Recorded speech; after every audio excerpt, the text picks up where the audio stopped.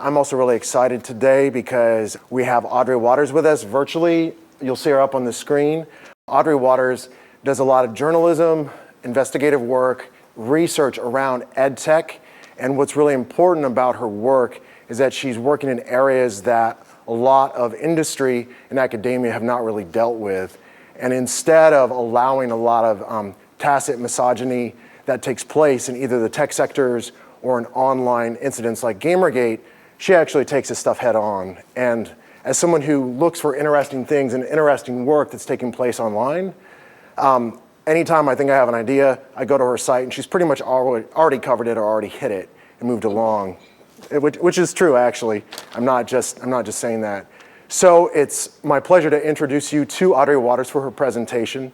This is sponsored by the Diversity Initiative Grant, and we will have Jesse Stommel here in 3 weeks. And we're also sponsoring this with the Infotech program. Dr. Busey and I both teach in that, and our emphasis is on ed tech. And so what hopefully this will do for y'all is to give you some other perspectives and see how we can work for social justice within ed tech, and we don't necessarily have to buy all of the stories and the narratives that are produced by industry. Thank you. Thank you for having me, virtually at least, to speak with you today. I was an Oregon resident for 15-ish years, so I guess I've done the opposite thing. Rather than be a Californian that relocates to Oregon, I'm an Oregonian that's now moved down to California. So I want to talk today about education technology and social justice. And the timing is interesting because currently, down in Flagstaff at ASU is a large ed tech event, the ASU GSV Summit. And this is an annual gathering of investors and education technology entrepreneurs talking about the future of education and education technology, but at this very sort of chintzy, expensive resort, a very exclusive event where the deal making happens and a lot of the narratives are sort of formulated and sort of trotted out. And it's interesting, this year their theme is the subject of equity. And so I really want to sort of talk through how do we sort of unpack the rhetoric and the narratives around education and equity, because I'm not fully confident that we can actually have that conversation be driven by venture capitalists. So let me share my screen here with you. So you can look at the slides and not at me. All right. So, education is the civil rights issue of our time, right? You'll hear this pretty often from education reformers and from politicians. Here's what U.S. Secretary of Education Arne Duncan said back in 2010. He said, education is still the key to eliminating gender inequities, to reducing poverty, to creating a sustainable planet, and to fostering peace. And in a knowledge economy, education is the new currency by which nations maintain economic competitiveness and global prosperity. Closing the achievement gap and closing the opportunity gap is the civil rights issue of our generation. So for me, quite to the contrary, I actually maintain that civil rights remain the civil rights issue of our generation, right? So when we see the Supreme Court overturn part of the Voting Rights Act, when we see rampant police violence against marginalized groups, when we see backlash against affirmative action and against Title IX protections, when we see pervasive discrimination institutionalized in people's daily lives, when we see widespread inequalities, socioeconomic stratification based on race, ethnicity, gender, geography, we have to admit that there are things, as my friend Tressie McMillan-Cottom says, that the education gospel cannot fix. And yet the dominant narrative, the gospel, if you will, about education and increasingly education technology is that it is absolutely the fix. Education technology will close the achievement gap. Education technology will close the opportunity gap. Education technology will revolutionize, it will democratize, or so we're told. You know, lately, it's quite common to hear these sort of breathless pronouncements, particularly made about MOOCs, right? Massive open online courses. Here's what edX CEO Anand Agarwal said in The Guardian. He said, one way MOOCs have changed education is by increasing access. MOOCs make education borderless, gender blind, race blind, class blind, and bank account blind. Up till now, quality education, and in some cases, higher education, has been the privilege of the few, Agarwal says, but MOOCs have changed that. Anyone with an internet connection can have access. He says, we hear from thousands of students, many in underserved, developing countries, about how grateful they are for this education. So, according to Agarwal and others, MOOCs, and more broadly, education technology, online education, the World Wide Web, the internet, they serve to magically erase systemic inequality. This is what technology critic Yevgeny Morozov has described as Techno Solutionism, right? It's a simplification of really complex societal problems into apps, into algorithms, right? That is to say, we have exchanged education technology consumption and usage for political activism, for collectivity, for debate, for democracy, for social change. The world is broken, we're told, schools are broken, and the techno-solutionists tell us that really, thanks to the ubiquity of mobile computing, thanks to the fact that we have cell phones and smartphones, that somehow that is going to save us. You know, often we've looked at something called the digital divide, and that has sort of served to sort of undermine some of these utopian arguments about technology. Right? We sort of recognize that technology can't be a great equalizer if not everyone has it. And I think despite assumptions and claims that this has mostly been erased, now that the personal computer is really much more widely adopted, I think that access to new technology still looks very, very different for different demographics. According to 2013 figures, so these are a little old, figures from the Pew Research Center, the demographic factors that are most correlated with home broadband adoption continue to be education attainment, age, and household income. So while 74% of white adults have broadband access at home, just 64% of African Americans and 53% of Latino adults do. So 89% of people who have a college degree have broadband at home, right? But only 37% of adults without a high school diploma have broadband, right? 88% of those who earn more than $75,000 a year have broadband at home, but just 54% of those who earn less than $30,000 a year do. And some more recent figures from Pew. 10% of American adults have a smartphone and have that as their only means of accessing the internet at home, right? So 12% of African Americans, 13% of Latinos are smartphone dependent, just 4% of whites are. Nearly half of the people who are smartphone dependent say that they've had to cancel or shut off their cell phone service because they can't afford it, right? 30% of those who are smartphone dependent say that they frequently max out their data plan, and half of those say that this happens at least occasionally. And there are really important implications, I think, for equity here. If we uncritically pursue certain education technology trends, like, say, the flipped classroom, right, where we're asking students to watch their video lectures at home, what assumptions are we making about home when we do so, right? Can MOOCs really solve the opportunity gap if those without a college or high school diploma are far less likely to have adequate, let alone affordable, internet access? You know, and what happens to the digital divide at school? almost all the public schools and libraries in the US do have internet connectivity. But 80% of K through 12 schools in the US report that their access is not sufficient to meet their current needs. And I should say that their current needs actually don't include everyone bringing a device to school. Right, so 40% of K through 12 schools in the US don't have Wi-Fi, for example. 36% of schools that do have Wi-Fi say that they don't have enough bandwidth to support one-to-one initiatives.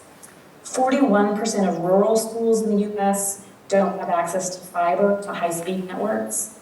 And not surprisingly, low-income schools really lag much, much further behind when it comes to broadband access, right? Just 14% of low-income schools, and that's schools that have 75 to 100% of students are qualified for free or reduced lunch. 14% of low-income schools say that they have internet access that meets their current needs. And that's really just a peek, I think, at the elements of the digital divide in the US. Those statistics, they don't reflect sort of global inequalities, inequalities that are, I think, still often brushed over here and elsewhere that by folks that tell us that technology, again, somehow makes education, as the edX CEO tells us, borderless, gender blind, race blind, class blind, and bank account blind. And I think while addressing the digital divide is really crucial, it's still not sufficient if we want education technology to be progressive, right, to be equitable. We can't confuse access with equity. There was a recent study just released a couple of weeks ago about MOOCs, for example, and it found that, for example, quote, overall, Harvard X registrants, that's the MOOC that Harvard runs, the MOOC platform that Harvard runs. Harvard X registrants tend to reside in more affluent neighborhoods. Harvard X registrants in the US live in neighborhoods with median incomes approximately 0.45 standard deviations higher than the US population. Parental education is associated with a higher likelihood of MOOC enrollment. 17-year-olds whose most educated parent has a bachelor's degree are more than 5 times more likely to register than a 17-year-old whose most educated parent has a high school diploma. So, we hear often, particularly around MOOCs, this rhetoric about open, this rhetoric about free, this rhetoric about sort of easy access. And I think that we really need to interrogate this a lot further. Open access, again, is not sufficient. As research by Justin Reich suggests, he's actually one of a researcher for Harvard X. Open education resources might actually expand education inequalities. It's a digital Matthew effect, if you will, right? Where new technologies actually extend the advantages of the already advantaged. So Justin Reich did some research on OER. He looked at schools, K through 12 schools, and how they used wikis. He looked at some 180,000 wikis across the US. And he measured the sorts of things that students were doing with those technologies. He looked to see whether or not these technologies were sort of allowing students to develop what we call, quote, 21st century skills, right? So expert thinking, complex communications, new media literacy. And he found that wikis that were created in wikis that were created in schools that served low-income students, they offered far fewer opportunities for this sort of skill development, right? And those wikis tended to last for a very short amount of time. They went away. He found that students in more affluent schools were much more likely to use these technologies to collaborate, to build portfolios, to build presentations in order to showcase their work. So, he argues that education technology broadens inequalities. And this is echoed elsewhere. There was an article published last year, for example, in the journal Economic Inquiry that found that, quote, the introduction of the home computer technology is associated with modest but statistically significant and persistent negative effects on students' math and test scores. And this negative impact was the greatest among low-income students. Right? In part, the author suggested because students' computer use was not really channeled towards effective ends. That as students from affluent homes have a different sort of digital literacy, they have different expectations about what computers do, what computers are for. So again, the question isn't simply, do our students have access to technology, right? We have to ask what that access looks like. Is it a cell phone with a limited data plan, or do they have a MacBook Pro that's connected to a fiber optic network? But we also have to ask, what do students get to do with technology, right? What do they get to do on their own accord, and what do schools expect them to do? Even in his 1980 book, Mindstorms, education technology pioneer Seymour Papert, he identified the tendency for schools to use computers to sort of reinforce, replicate traditional technology or traditional education practices. He wrote that, quote, in the most contemporary education situations where children come into contact with computers, the computer is used to put the children through their paces, to provide exercises of an appropriate level of difficulty, to provide feedback, and to dispense information. It is the computer programming the child. So Papert provides a really important cornerstone, and I always recommend, if you're interested in education technology, reading his book Mindstorms is absolutely crucial. He sort of is this cornerstone for how we might be able to have an explicitly progressive education technology. He argued that by giving each child a computer, that he or she could learn program, right? Instead of the child could program the computer instead of being programmed. He says that in teaching a computer how to think, children embark on an exploration of how they themselves think. He says that this experience is heady. Quote, thinking about thinking turns the child into an epistemologist, an experience that is not shared even by most adults. We have to ask, so it's been 35 years this year since the publication of Mindstorms, and there's really been this renewed effort lately for one-to-one computing at school. Which children get this opportunity? Which children get to use computers for self-directed learning? Which children experience this sort of epistemological turn thanks to technology? And which students experience technology still on the days that they're taking assessments with the computers, as Papert says, running them through their paces? And again, no surprise, perhaps this distinction that often breaks down along socioeconomic lines, right? Research suggests that students in affluent schools are more likely to use computers for creative and experimental projects. Students in low-income schools are more likely to use computers for drill and kill, right? The latter, again, in Papert's words, the computer programming the child. So this image haunts me. This image drives a lot of the work I do as a writer about education technology and social justice. So this is a still from a 2012 PBS NewsHour episode on Rocketship Education, which is a chain of charter schools that was founded in San Jose, California in 2006 by John Danner, a Silicon Valley software engineer. And this episode, it sort of gives a nod to Henry Ford and the development of the production line. It asks, can Rocketship launch a fleet of successful mass-produced schools? And in this formulation, students are the object of an education system, mass-produced. They are not subjects of their own learning. So these schools, these Rocketship schools, they serve primarily low-income Latino and African-American children. They are perhaps best known for the Learning Lab, which is what you see in this picture, where 100 or more elementary school students fill one room. They sit in cubicles, They work independently on computers, using software like Dreambox Learning, which incidentally Netflix CEO Reed Hastings is an investor in both Dreambox Learning and in Rocketship schools.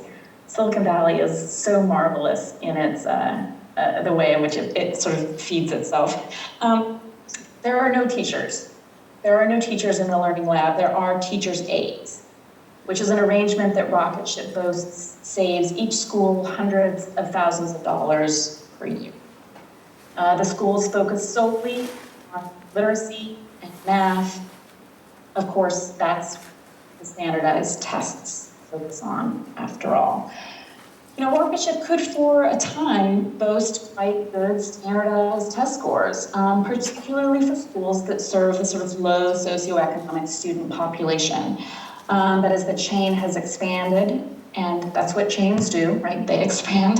These scores have plummeted. According to Education Week, the number of Rocketship school students seen as proficient or above in English and language arts has plunged 30 percentage points in the past 5 years to 51%. Math proficiency rates have dropped over 14 points to 77%. And while these students might perform adequately on standardized tests, they have learned, as one of the Rocketship administrators puts it, to be, quote, good rule followers. Once they move to middle school, these students really struggle. They struggle with independence, they struggle with collaboration, they struggle with problem solving. They have learned to be compliant, not creative. This is actually, just to remind you that this is not something that Rocketship alone does. This is an image of Carpe Diem School, a charter school chain in Indianapolis. This is from a recent story published this week about personalized learning. You can note the change here from elementary school to middle school and high school. No longer is your cubicle a bright color, but it's the same idea. Right? The computer programming the child. The computer, I think, reinforcing school systems practices of social stratification, right? Which sort of students go to school in this sort of setting, right? Whose children attend these sorts of schools? Certainly not Reed Hastings, right? This is sort of what sociologist Jean Agnon identified in her influential article from 1980, in the same year as Pappert's Mindstorms, Social Class and the Hidden Curriculum of Work. She wrote, in the working class schools, work is following the steps of a procedure. The procedure is usually mechanical, involving rote behavior and very little decision-making or choice. The teachers rarely explain why the work is being assigned, how it might connect to other assignments, or what the idea is that lies behind the procedure, or gives it coherence, or meaning, or significance. Most of the rules regarding work are designations of what the children are to do. The rules are steps to follow. These steps are told to the children by the teacher, often written on the board. The children are told to copy the steps as notes. The notes are to be studied. Work is evaluated not according to whether or not it's right or wrong, but according to whether or not the children followed the right steps. You know, Agnon's work, I think, is really critical because it highlights how students have a relationship to what he calls the system of ownership of symbolic and physical capital, to authority and control, to their own productive activity. And she knows how these are really shaped so differently for working class students, middle class students, and students who attend elite schools. I think her work, helps us to see how the traditional practices of school might be reinforced, reinscribed by technology. Again, not as we hear, sort of magically disrupted, not with hierarchies magically flattened. Menial tasks, making students do menial tasks, are still menial if you do it on a computer. Meaningful work is meaningful, whether it's digital or not. And to argue otherwise to argue that somehow menial tasks are all right because they have a flashing screen. Again, this is education technology solutionism, and it's dangerous, and I think it's wrong. It's not to say, and I don't mean to argue that education technology changes nothing, right? Or that it really only changes having some of our assignments and work done in an analog, changes that to a digital setting. I think that there are really important questions that we have to ask about what the shifts in education technology might bring about, particularly if we have our eye towards justice, right? How does education technology change the notion of work in school, right? Students' labor, not just teachers' labor. Who owns all the content, all the data that students now create when they use education technology? How do technology companies use that data to build algorithms? How do they use it to build profiles, to build models? How do they use it to monitor and assess, predict, and surveil? Who is surveilled and who is more apt to be disciplined for what's uncovered, right? So if we're only concerned with the digital divide, we are likely to overlook these sorts of questions. We cannot simply ask who has access to an internet-connected device at home or at school. We have to ask how these devices are used. And I think if we're paying attention to questions of EdTech and equity, we need to ask who has access to, say, an unfiltered internet at home? Whose access gets monitored by schools and by school software, even when they're at home? Are we, in the words of education InfoSec advocate Jesse Irwin, quote, grooming students for a lifetime of surveillance? Which students are most likely to be groomed?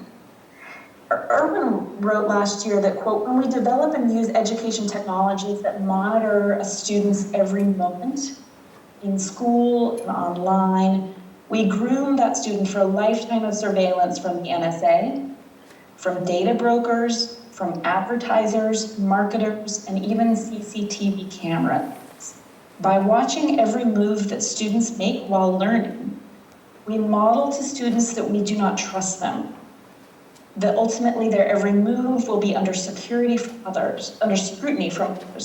When students recognize that they are being watched, they begin to act differently. And from that very moment, they begin to cede one small bit of freedom at a time. This surveillance is becoming increasingly pervasive, both at the K-12 and at the college level. New education technologies create data, and we see this sort of new education technology regime, that are policy regimes that really demand more data. We want to be able to measure. We want to be able to accumulate and mine and assess more data. Last year, the New York Times wrote that New York State elementary school teachers use a behavior monitoring app to compile information on which students have positive attitudes. In Georgia, some high school cafeterias use biometric identification systems to let students pay for their lunch by scanning their palms. Across the country, school sports teams are using social media to monitor athletes. And we learned more recently that Pearson monitors social media, looking for mentions of the Common Core tests that it's administering ostensibly to curb cheating and to protect its intellectual property. The ACLU has accused a Tennessee school district of violating students' rights with its policy that allows school officials to search any electronic device that students bring to campus and to monitor and control what students put on social media. A student in Minnesota last year settled a lawsuit with her school because it violated her constitutional rights by looking at her Facebook and her email account without her permission. Students at George Mason University have to be registered for the iris scanner in order to take advantage of their meal plan. Counterterrorism software is marketed to campuses to help identify students that might drop out.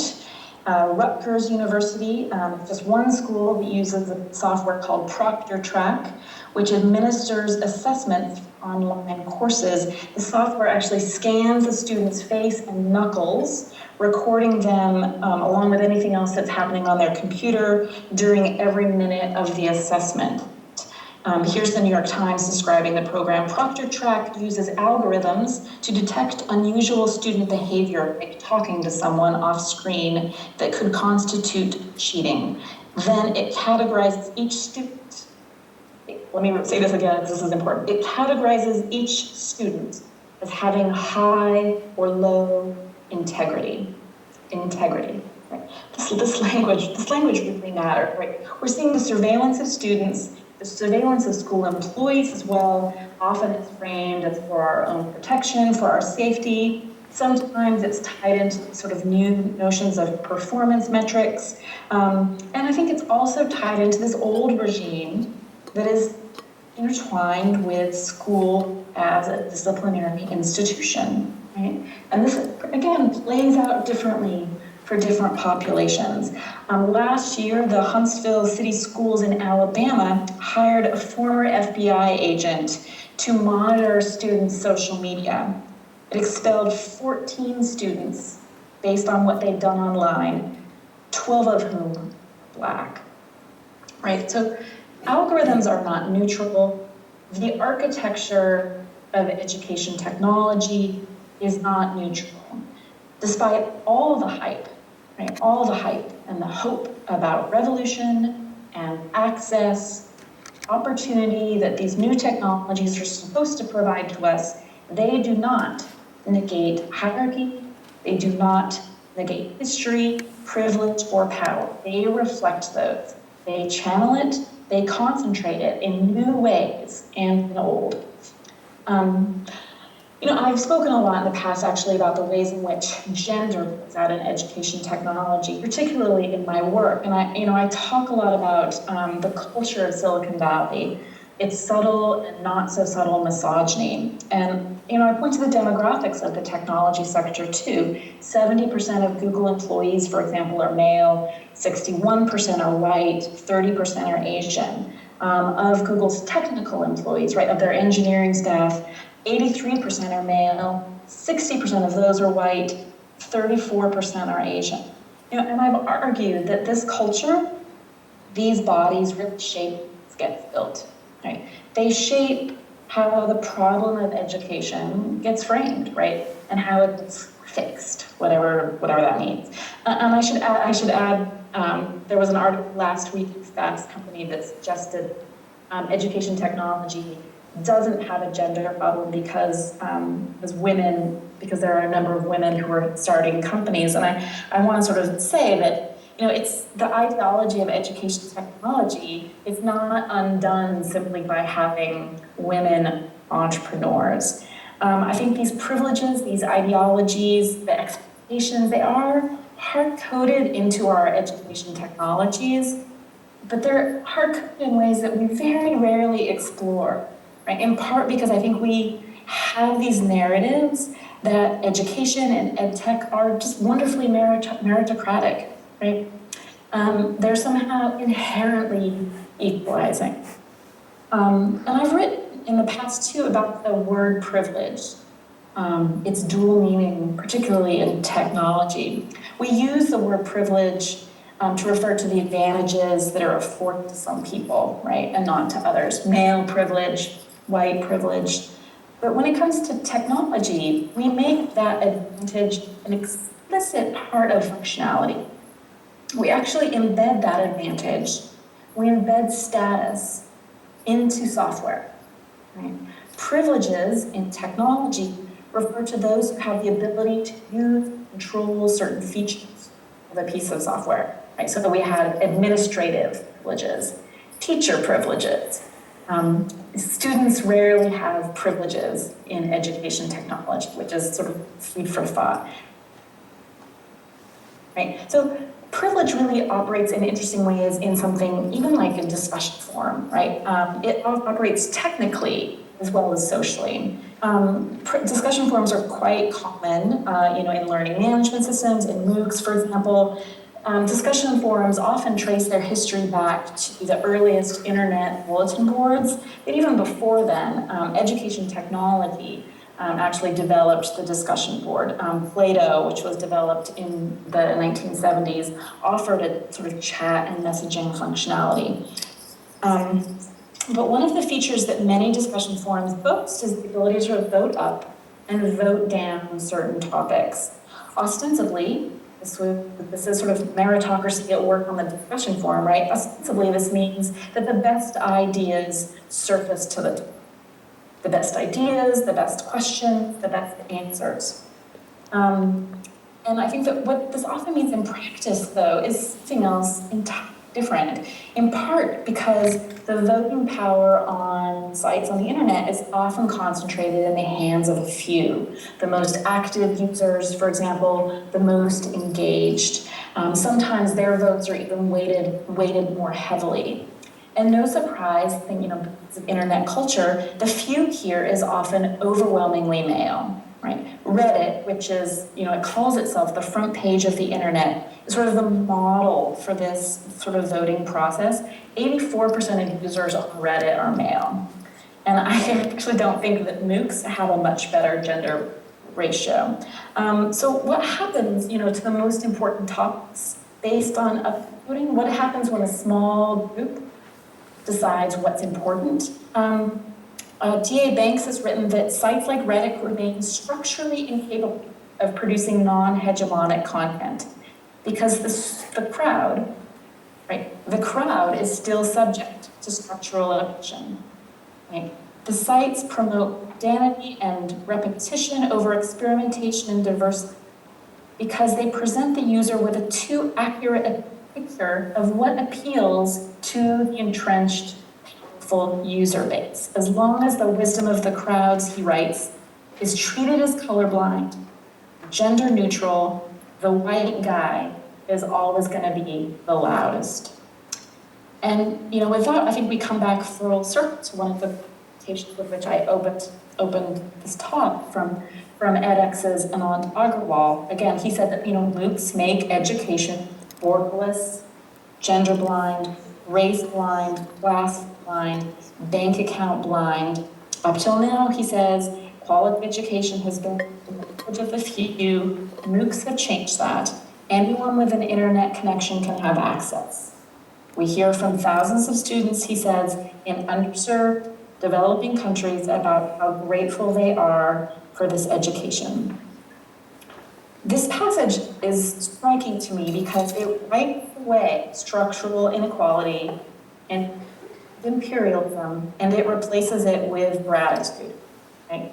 Education technology simply does not confront systemic inequalities. Rather, it often substitutes access to a computing device for institutional. Education technology routinely fails to address power and privilege. It fails to recognize, let alone examine, history. And it insists on these sorts of stories about meritocracy and magic and claims about blindness. So I want to end here on this perhaps a bit of a tangent, I suppose, on this notion of blindness. Because this is an image, again, that's been sort of stuck in my head all week about the things in technology that we refuse to see. This is a picture of from Baotao in Inner Mongolia. My friend Tim Mon published a story last week on BBC about this artificial lake you see in front of you here, filled with, quote, a black, barely liquid toxic sludge. This is the toxic result of mining for rare earth minerals, which are used in our modern computing devices, many of which are assembled, as we probably know, at least in part, in China. And I think that means that this toxic lake is also a byproduct of education technology, right? It grows. This lake grows as our fervor for new devices grows. right? And we demand new devices and I think we have to stop and think, can we really say that we are architecting an equitable education future if we ignore this foundation, if we ignore this lake? And this is, I think, one of the great challenges for those of us in education. How do we address and not simply dismiss this sort of toxicity, right? Because adding technology to the world, to our practices, to our institutions, it doesn't scrub away. It doesn't scrub away history. It doesn't scrub away ideology.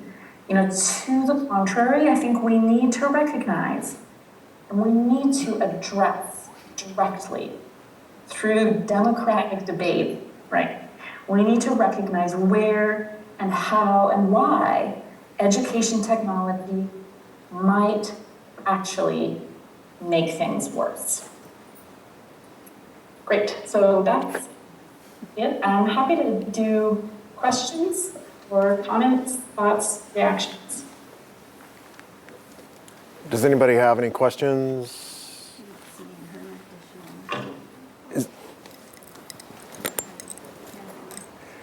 Is it possible for you to turn your camera on so we could see you? Because right now we've got your profile. Yes. There we go. All right. Anybody have any questions? Nobody has questions? I have a question. Maybe this will spark something else. You mentioned Jessie Irwin and her work on information security within the educational sector, ed tech sector. Would you be willing to talk a little bit more about that and or some of the student information and privacy concerns Yeah, that's great. That's great. And again, I think that the thing that we need to think about too is that often these things are going to play out differently for different populations as well, particularly when the monitoring of students is connected to discipline. But even when it's not, I think that we're seeing increasingly all of our lives be subject to the sort of data mining, data extraction to regime, and we are creating immense amounts of data. I think oftentimes without really recognizing or knowing that we do so, right? So, when we carry around our cell phone, we're generating GPS location data. There's metadata attached to all of our email. There's metadata on our photos. And I think that many technology companies are using that to argue that if we just gather enough of this data, we'll be able to sort of have some great insights about how students learn. So Coursera, the MOOC is a great example of this. They argue that if they can sort of track how long students watch a video, where they pause, where they rewind, whether or not they get multiple choice questions wrong or right after a video, that they're going to be able to have better insight into what's working or what's not working in that particular lecture. And so I think that there's this idea that if we just sort of give more data, then the engineers are going to be able to sort of understand how people learn.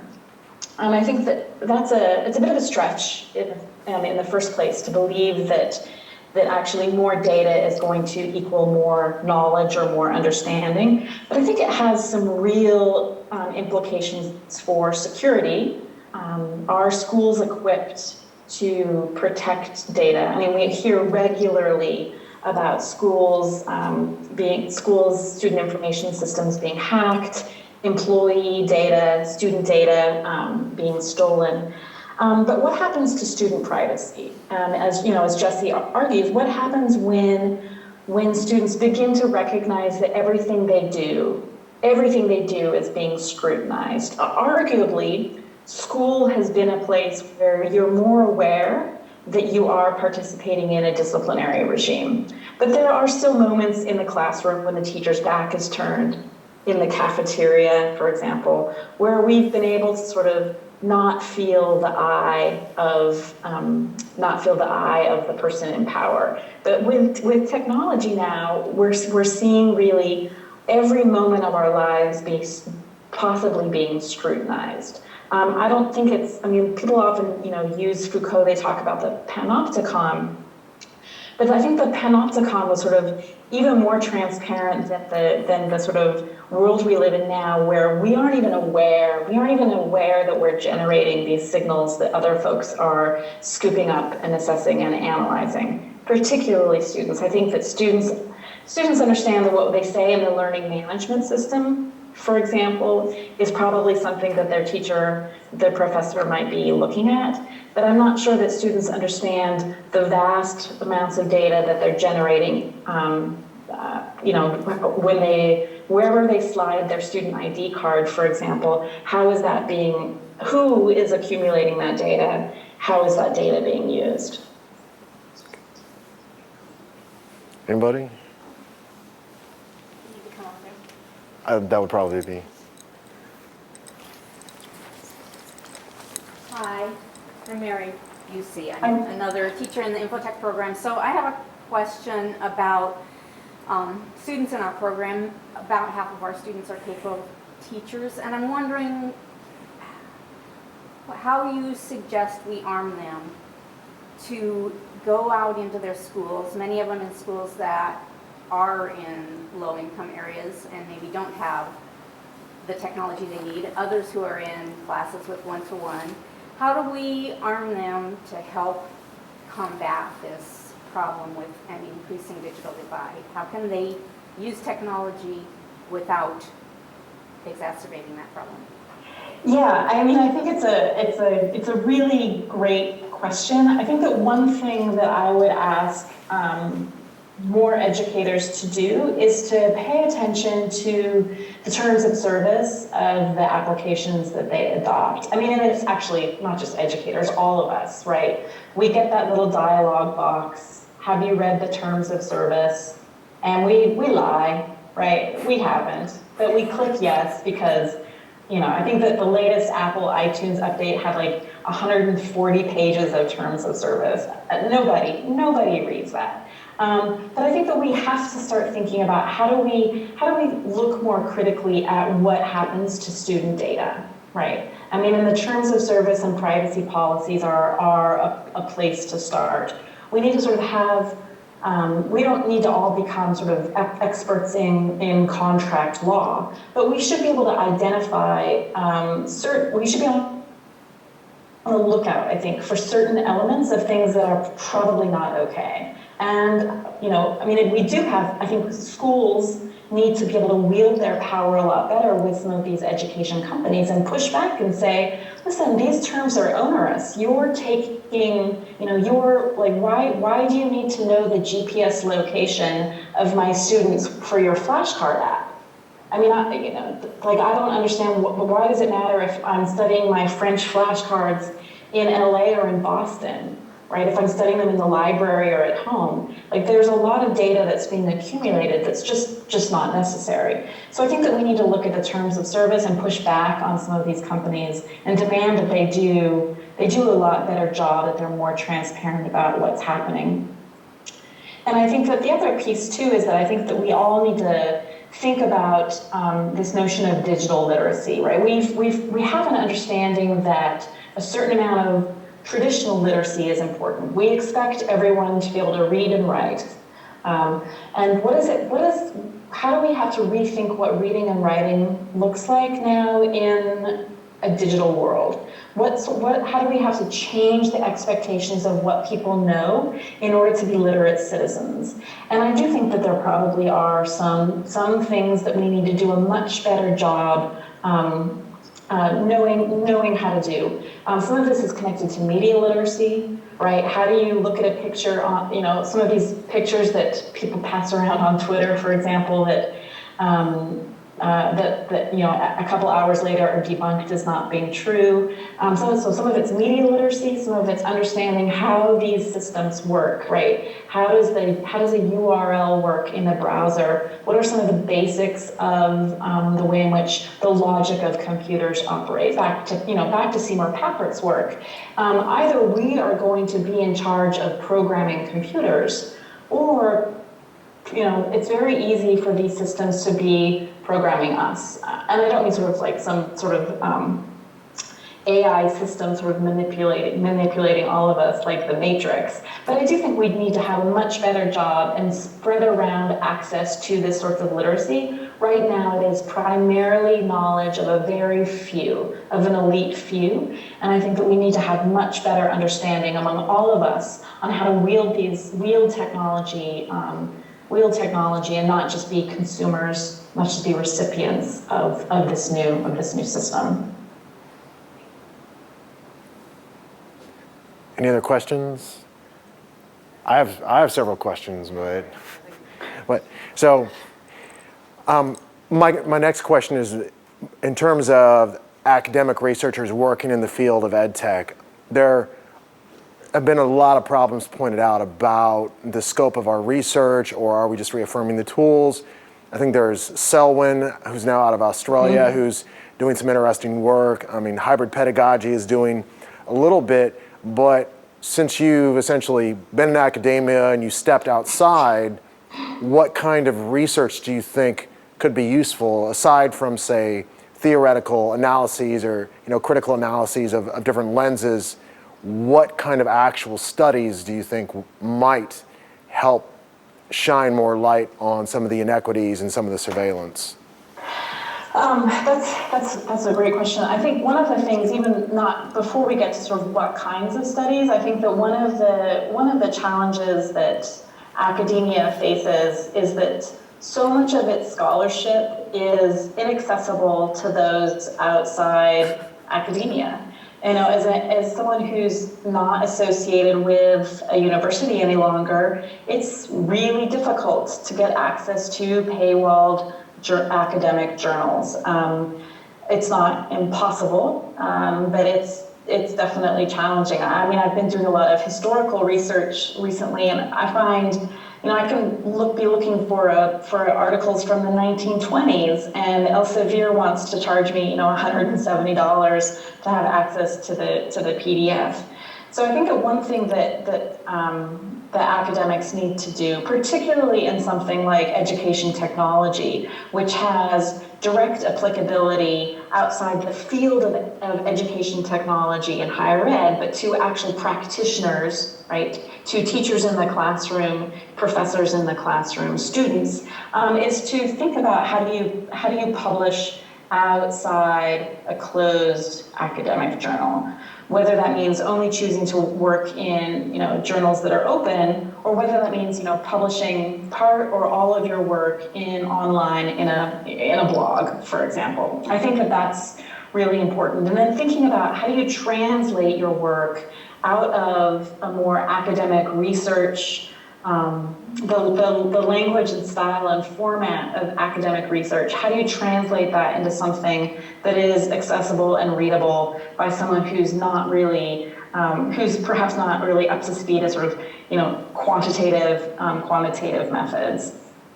And I think that, we have to think about, I think that a lot of these questions are sort of helping people unpack what do we know and what do we not know about how technology works. How do we understand what happens in the classroom without a technology, and then how do we think about what difference does technology really actually make?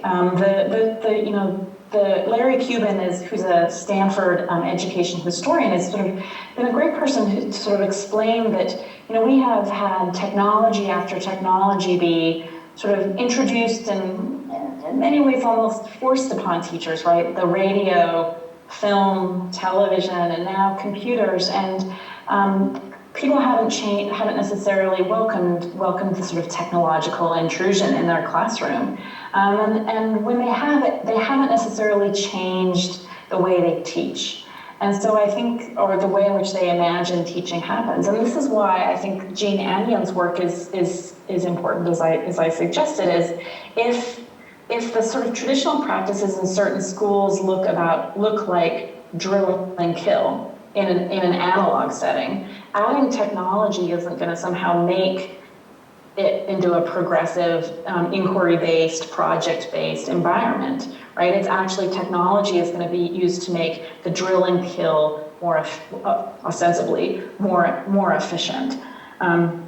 So I think that there are lots of things that education technologists can do to ask important questions.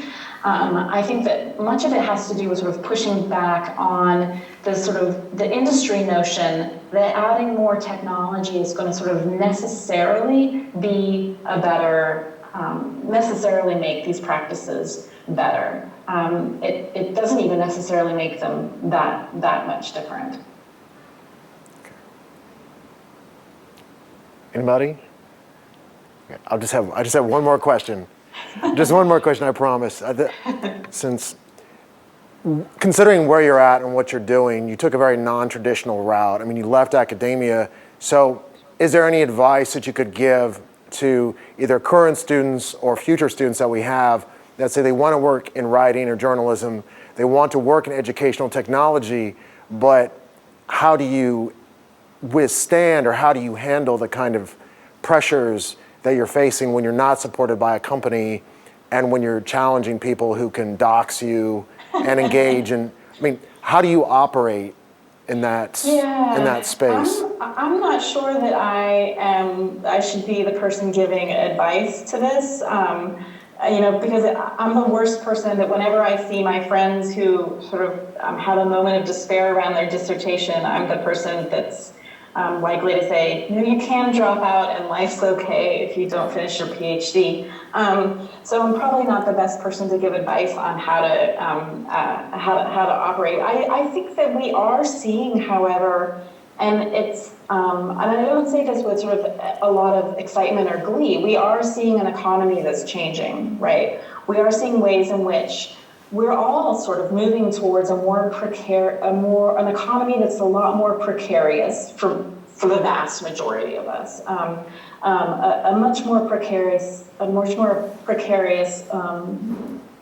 economy. We aren't, this notion that for me at least, the career path that I thought I was on, getting a PhD, I'll get a job as a professor, I'd be tenure track, those increasingly, those seem to be less than a reality for fewer and fewer of us. Now, we can resist that, and I think we should. We need to sort of think about what sort of protections do we want to have?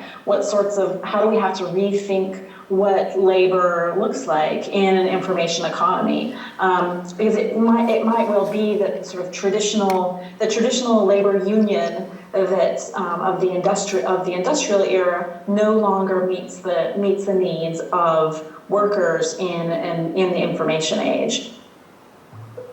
But I do think we need to recognize that all of us are sort of living in an increasingly precarious world, and I think that be really skeptical of those who celebrate that.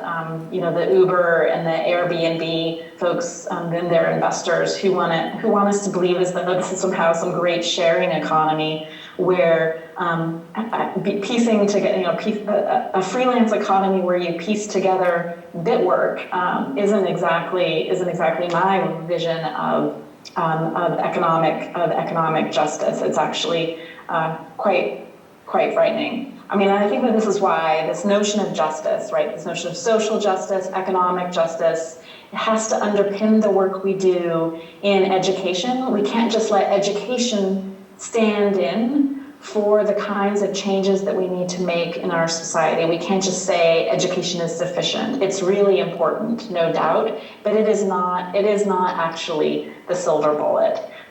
Democratic social change, engagement, collective social movements, these are the things I think that we need to make sure that we're committed to, not simply committed to to each of us individually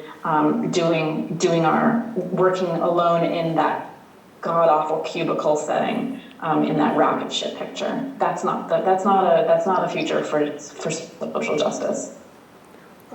Well, thank you very much for presenting today. Thank you. Final call. All right, thank you very much appreciated it. Thank you. All right, and you have an excellent day.